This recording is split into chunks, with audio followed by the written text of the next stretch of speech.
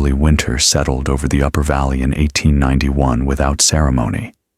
The first snow came thin and dry, drifting across the roofs of a scattered mountain settlement that had learned not to expect warning. Among the cabins stood a small squared structure belonging to Samuel Kettering, 19 years old, recently settled, and not yet accustomed to the habits of older men. Like this story? Subscribe for more frontier survival tales and share to keep Samuel's lessons alive. What would you have done in his place? Samuel's work began before the ground fully froze. Each morning he stepped outside with a shovel worn thin at the edge and marked a shallow line in the earth, tracing a narrow ring around his cabin. The trench grew slowly, never deep enough to draw immediate concern, yet persistent enough to draw attention. By the end of the first week, it was clear he was not digging for drainage, nor for storage, nor for any ordinary foundation. Neighbors noticed. They paused while hauling water or splitting wood and watched him lower himself into the cut, dirt piling at his feet. The tunnel, as he referred to it once without explanation, followed the cabin's perimeter with deliberate care. He worked quietly, measuring by hand, stopping often to check the slope and ceiling height. No part of the labor suggested haste. Constable Henry Wilkes was the first to question it openly. He stood at the edge of the trench one afternoon and asked, without malice, what purpose the hole served. Samuel answered only that it would be finished before the hard storms arrived. Wilkes shook his head and moved on, remarking that young men often spent strength on ideas that could not hold weight. Others were less reserved. Two settlers laughed as they passed, calling the trench a fox run, then a grave dug backward. An older woman from the nearest cabin asked whether he expected the ground itself to keep him warm. Samuel did not answer. He continued to dig, widening the passage just enough for a person to move through with bent shoulders. The days shortened. Wind began to settle in the valley, pressing against doors at night and carrying snow into places it had not reached in previous years. Game moved lower and then disappeared. A child from the eastern cabins counted the crows leaving the ridge, noting there were fewer each morning. No one spoke of it as a warning. Samuel reinforced the tunnel's walls with scavenged boards and stone, working by lantern light when the sky closed early. He hauled soil away by hand and packed the floor firm. The effort left his hands split and his breath shallow in the cold air, but the work continued without variation. By the time the first heavy snow fell, the tunnel formed a continuous path beneath the surface, close to the cabin's walls, and unseen unless one knew where to look. From above, it appeared useless. From below, it was finished. Beyond the valley, clouds gathered without shape or edge, and the temperature fell in steady increments that left no room for optimism. The settlement prepared as it always had. Samuel closed the last section of the tunnel roof and waited. Measured work defined the days that followed. Samuel Kettering rose before light, ate what bread remained, and returned to the tunnel without marking progress for anyone else. Snow hardened along the trench edges, forcing him to chip and clear before he could move below ground. Each movement required deliberate effort, and each evening left his shoulders stiff and hands raw. The settlement watched without intervening. Constable Henry Wilkes passed more than once, stopping long enough to note the slow pace. He warned that winter labor below ground risked collapse and wasted strength better saved for hauling wood. Samuel acknowledged the warning with a nod and continued reinforcing the tunnel roof, setting stones until his arms shook. Two settlers, brothers who shared a nearby cabin, spoke openly of the work as misjudged. They said no man needed to walk beneath his own walls, and that snow pressed from above would find every weakness. Their remarks carried across the yard while Samuel worked in silence, measuring each span and adjusting supports when the earth shifted. The cold deepened by degrees rather than sudden change. Morning frost lingered longer, and tools left outside seized by midday. The tunnel floor grew damp, forcing Samuel to lay packed soil and boards scavenged from an abandoned shed. His movement slowed, but the routine did not change. An elderly woman from the lower slope paused one afternoon and asked whether the ground air was colder than the wind. Samuel answered only that it stayed still. She accepted the reply and moved on, leaving the question behind her. Food stores thinned as the days shortened. Samuel rationed carefully, pausing his work when light failed rather than forcing progress. The tunnel gained weight and shape with each span secured, forming a narrow, continuous passage that required stooping. He tested it daily, crawling its length and listening for shifts in the earth. Snow began falling without pattern. Some days passed clear and sharp, others buried tracks within hours. Smoke hung low in the valley, pressed downward by heavy air. Travel between cabins slowed, and conversation shortened to practical exchanges. Wilkes returned near the end of the week and stood long enough to see Samuel emerge, coated in soil. He remarked that the ground would freeze solid soon and asked whether the tunnel would be finished by then. Samuel said it would be closed before that point. The answer carried no emphasis. By the time the ground hardened fully, the tunnel stood reinforced and sealed along its length. Samuel stored his tools and turned to other preparations, while the settlement settled into expectation. The work had not drawn approval, only attention, and winter showed no sign of easing. A child from the eastern cabins watched from a distance, counting the trips Samuel made in and out. The count rose steadily, then stopped when daylight failed. At night, the wind pressed snow against walls with dull sound, and the ground answered with low cracks that carried through the valley. Samuel listened to those sounds from inside his cabin, noting their direction and weight. No meeting was called, and no agreement formed. Each household prepared alone, repairing doors and stacking fuel. Samuel's preparation remained separate, hidden beneath the surface.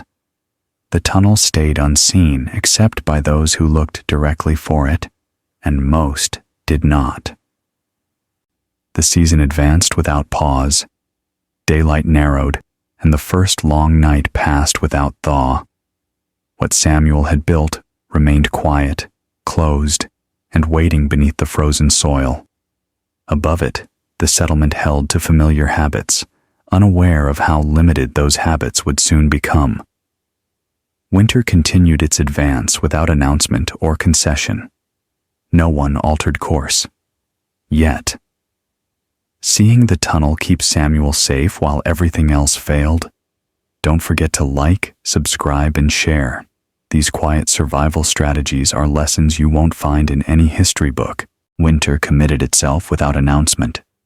Snow no longer arrived in brief falls, but in long, steady sheets that erased paths and blurred distance.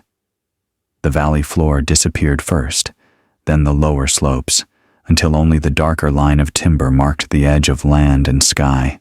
Temperatures dropped earlier each day. Morning frost held through noon, and the air carried a sharpness that tightened breathing. Travel between cabins became irregular.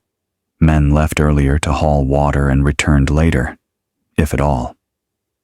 Sound traveled poorly now, swallowed by snow and low cloud.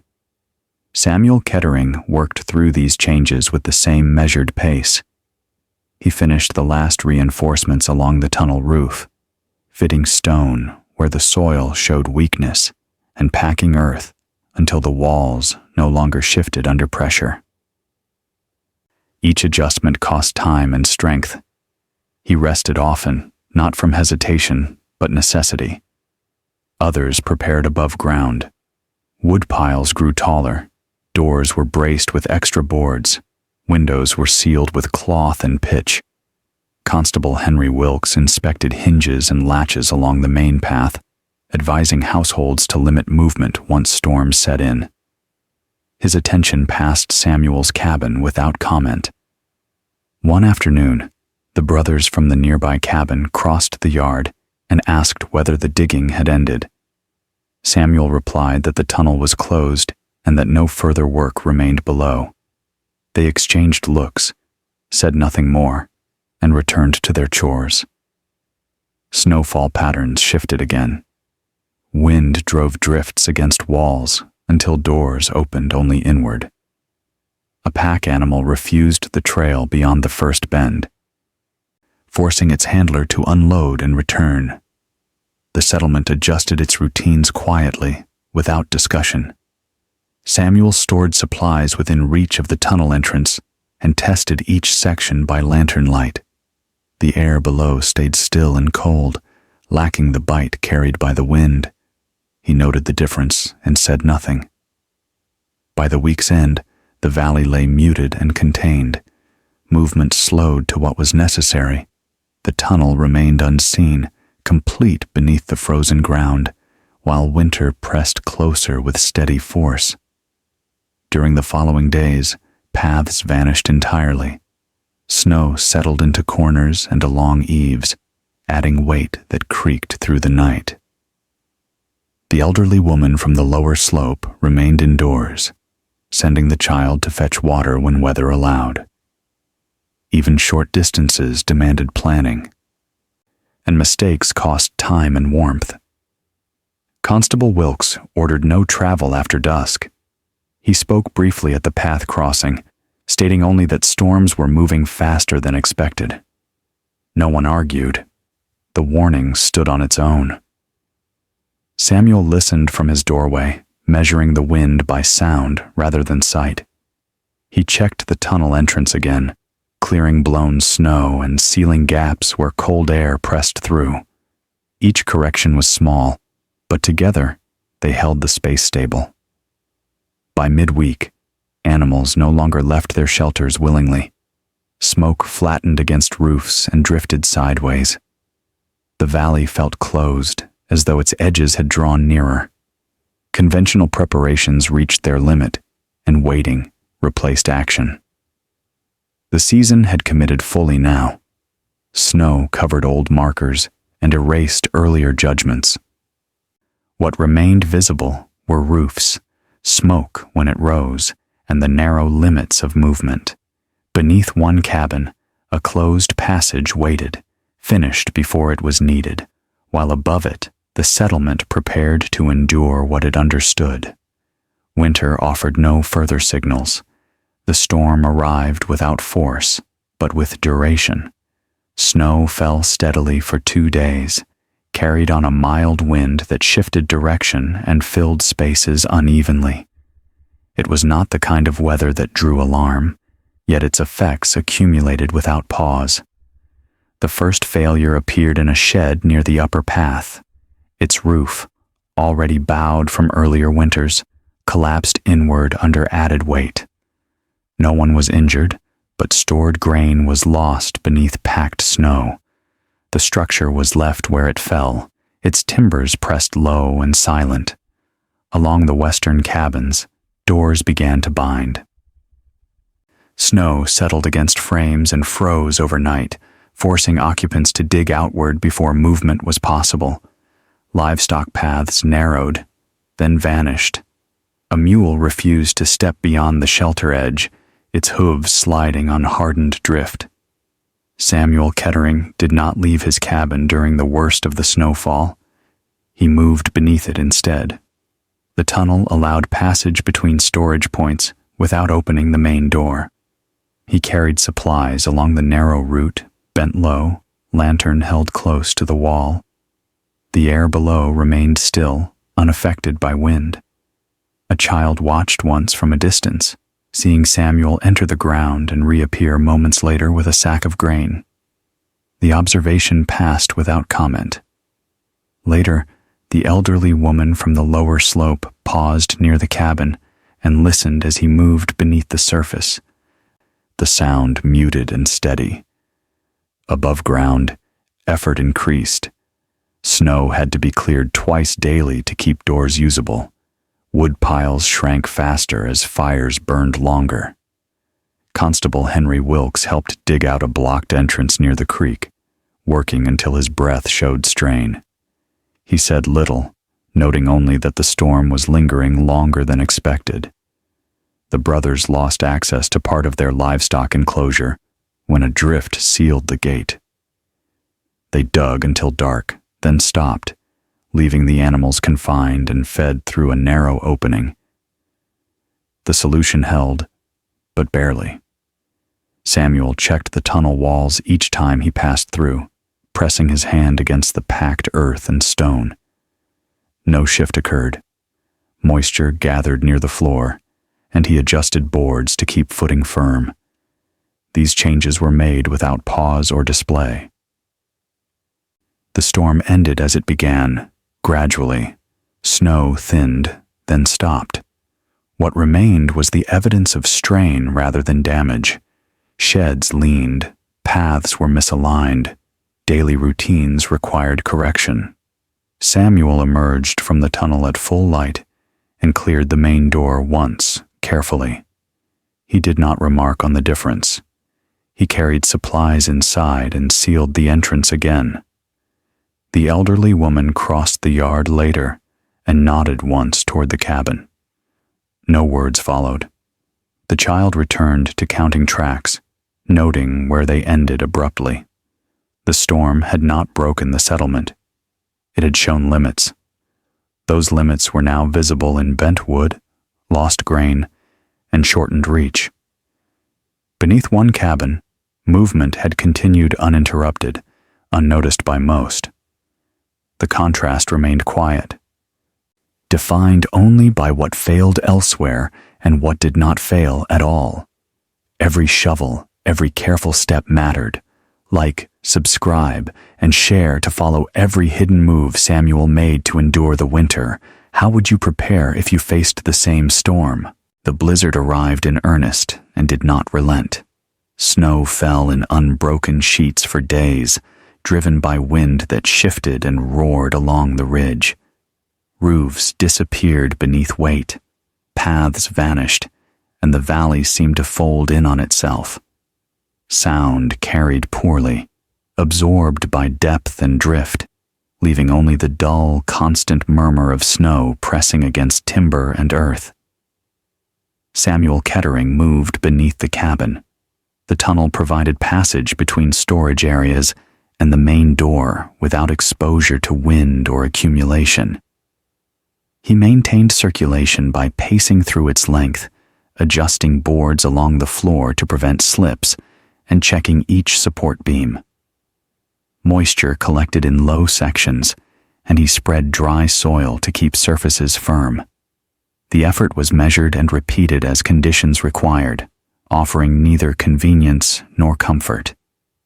Only survival. Above ground, the settlement was isolated. Doors required digging for access, and even short journeys demanded multiple pauses. The brothers at the nearby cabin worked in shifts to clear entrances and supply food for their livestock. Smoke hung low, drifting in thin currents, signaling that the fire burned longer to meet the cold. Energy was conserved wherever possible. Conversation remained minimal, limited to the practical exchange of observation and instruction. The elderly woman remained within her cabin, moving between the stove and bedding without venturing beyond. She checked the child at intervals, ensuring warmth and sustenance. The child, in turn, made brief excursions, only when drift allowed, and then returned, coated in snow, silent but attentive. Samuel used the tunnel to retrieve wood from a small cache stored at the far end, moving quietly so as not to disturb others. He carried bundles through the low passage, placing them near the stove and checking the air for signs of frost intrusion. The tunnel's insulation and careful design preserved warmth effectively, while snow above blocked wind entirely. Meals were prepared quickly and eaten in shifts. The settlement rationed fuel and food with deliberation, marking containers and spacing consumption across each day. Each family acted independently, yet all adhered to similar rhythms dictated by the storm's persistence. Noise was minimal. The creaking of timber, the shifting of snow, and the occasional sound of falling drift were the dominant markers of the storm. Samuel paused frequently to listen, adjusting his route as minor collapses or water seepage required. Overhead, the blizzard pressed continuously. Chimneys emitted thin smoke. Doors were reinforced multiple times. Samuel moved silently beneath it all, carrying his supplies, maintaining the tunnel's integrity, and confirming that passage remained unobstructed. The storm lasted beyond expectation. Days blurred, measured only by the diminishing light through snow-laden clouds. When he emerged briefly above ground, drifts blocked the cabin entirely. Only careful excavation allowed temporary egress. Samuel returned below immediately, knowing that exposure offered little advantage. Movement became strictly deliberate. Each step, each haul, each task was evaluated for necessity. The tunnel had become not only a means of survival, but the only reliable route through the storm's isolation. Others waited and conserved energy. Samuel moved methodically, without pause or display. When the blizzard finally ceased, the valley was quiet except for the settling of snow and the faint groan of timber under weight. Samuel Kettering emerged from the tunnel and surveyed the surrounding cabins. Roofs were bowed, some partially collapsed. Doors stuck beneath drifts, while others showed the signs of abandonment, empty of smoke or sound. Movement beyond a few steps was difficult, and each footprint vanished almost immediately under residual snow. Samuel walked slowly along the frozen ground, noting the damage without comment. The brothers' cabin bore a roof line uneven with sagging boards, while the shed near the creek had partially caved in, spilling grain into the drift. Constable Henry Wilkes inspected a blocked doorway, clearing snow with deliberate strokes, his face set against wind still pressing lightly. But he spoke only to the nearest neighbor about the door hinge. Inside the tunnel, Samuel moved to retrieve stored wood and provisions, carrying them carefully to the main stove. The passage had endured the storm with no collapse, no drift penetration, and only minor damp in one corner. The effectiveness of the design required no remark. It was evident in contrast to the structures above. The child and the elderly woman observed from nearby windows. The child noted the tracks of animals and men, tracing them to the partially buried cabins. The elderly woman counted supplies, making practical adjustments to rationing, but said nothing about the tunnel or its utility. The observations remained restrained, grounded in necessity rather than emotion. Snow pressed against the remaining doors in uneven piles. Clearing paths required measured effort, one step at a time, each shovelful deposited carefully to avoid collapse. Fires burned longer, and smoke hung low against the gray sky. Energy and warmth were conserved wherever possible. The settlement moved deliberately, correcting what was disrupted and leaving what could not be reached until thaw. Samuel continued his routine, moving between tunnel and cabin, tending fires, adjusting boards, and checking stored provisions. He maintained warmth, circulation, and access, each action performed as if ordinary. No outward satisfaction marked the survival. It existed in the quiet functionality of the passage and the intact state of the cabin below. Neighbors compared conditions without discussion. Doors had to be reopened, timbers adjusted, and grain gathered where drift had scattered it. The consequences of prior labor above ground were evident in sagging wood and buried entryways. Samuel's preparation was understated, a contrast only measurable through observation rather than proclamation. By late afternoon, as shadows lengthened, the valley held still. The storm had ended, leaving settlement and individual preparations in differing states of endurance. Samuel moved deliberately through the tunnel once more, confirming its integrity, then returned above ground to measure small accumulations and adjust minor drift-blocked paths. His cabin stood intact where others bore the marks of pressure and exposure. Quiet settled over the valley. Survival had been measured in actions rather than triumph, with the tunnel's utility evident but unspoken. Each resident now understood limits by consequence, and the valley waited for the slow recovery that followed severe winter. The settlement learned the hard way, but Samuel's planning endured. Hit like, subscribe, and share to see more stories where patience, foresight, and preparation outlasted the fiercest frontier winters. With the storm past, the settlement began practical assessment. Constable Henry Wilkes moved among cabins, inspecting structures and supplies. He acknowledged the strain each building had endured, noting where timbers had bowed and doors remained blocked, but offered no apology, only measured observation. Samuel Kettering allowed examination of the tunnel. Neighbors approached cautiously, measuring its span and inspecting the integrity of stone and packed earth. They noted the ease of movement, the still air, and the preserved provisions. No one praised or cheered. The passage was recognized purely for its functionality. The child checked the surrounding area, counting animals and noting which enclosures remained accessible. The elderly woman retrieved water and assessed stored food, making adjustments based on rationing. Their outcomes were recorded through action: animals fed, supplies distributed, and paths cleared. Observation replaced commentary. Wood piles were restacked, doors reinforced, and minor repairs undertaken. The settlement moved deliberately, cataloging damage and scheduling work. Each resident's task was performed efficiently and without sentiment. Comparison was inevitable, yet no words expressed triumph or failure. The tunnel remained central to discussion. Samuel demonstrated access points, explained reinforcement placement, and showed how supplies could be retrieved without exposure. Others measured distances and noted draft prevention. Comments were practical, limited to the passage's utility in conditions already experienced.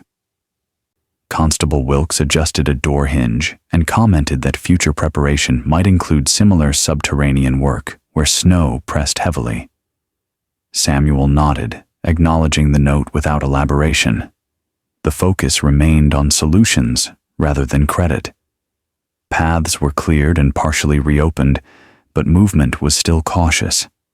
Drifts remained heavy, and timber required inspection before steps could be taken. Each resident followed practical protocols for safety and preservation. The valley remained quiet, the storm's imprint visible but controlled. Samuel returned to routine below the cabin, moving through the tunnel to maintain circulation and ensure supplies were accessible. The passage's continued stability confirmed its design, and observation by neighbors reinforced the practical lesson without sentiment or celebration. By evening, the settlement had accounted for damage, rationed remaining provisions, and adjusted routines. Samuel's work was no longer questioned. It was noted, measured, and incorporated into the understanding of winter preparation. Survival was recognized in consequence, not ceremony.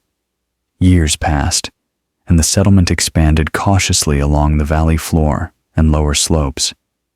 Cabins were rebuilt with higher roofs and reinforced doors, pathways cleared of previous drift patterns, and communal stores organized with foresight. Timber was stacked with consideration of weight and accessibility. Snow was still a factor, but no winter matched the early severity of 1891. A witness, now elderly, recalled the storm in quiet observation. He noted the remains of old timbers near Samuel Kettering's former cabin and remembered the tunnel beneath. It was no longer used. Entrances had been filled and passages collapsed with intentional care. Yet the logic endured. Neighboring builders incorporated partially subterranean storage, reinforced entryways, and insulated passageways for critical supplies. The lesson was practical, demonstrated by action rather than explained aloud. Samuel's cabin had long since been replaced by a larger frame dwelling, but the tunnel's path had informed its foundation. Builders dug deeper footings and aligned storage beneath frostline levels, following reasoning traced back to the young man's labor decades earlier. Observers measured distances and compared snow loads, documenting adjustments carefully for future reference. No celebration marked the practice. It was method, not ingenuity, acknowledged only in its continued effectiveness. The elderly woman and child from that winter were long gone, yet their routine adaptations were recorded in the settlement's memory. Water sources were relocated to prevent freezing, fuel caches moved to protected spaces, and interior passageways kept clear for rapid access during storms. The design echoed the principle of preparation over improvisation, and each structure reflected a quiet anticipation of environmental pressure. Stories of the winter circulated minimally, conveyed in facts rather than narrative. Samuel's work was remembered as part of collective experience, a detail in the broader ledger of survival. Builders consulted measurements, checked load-bearing points, and ensured ventilation where snow could accumulate. Each decision referenced past consequence, never personal valor. By late afternoon, the valley appeared orderly, winter-ready, and disciplined. Snow still pressed against cabins in season, yet each dwelling and pathway reflected applied experience. The tunnel was absent, its existence now functional only in lessons applied elsewhere. Survival, observed from decades later, was preparation executed with care, enduring beyond immediate threat. The witness paused by the old site, tracing finger along compacted earth where entrance once existed. Silence marked the recollection. There was no triumph in the memory, only acknowledgement that foresight, quiet, steady, deliberate, had altered the settlement's capacity to endure. The valley itself carried the weight of that preparation, evident in every reinforced structure, every cleared path, every measured store of wood and grain. Samuel's tunnel proved its worth long after the storm. If this quiet preparation inspired you, like, subscribe, and share. What hidden strategies would you use to survive a frozen frontier?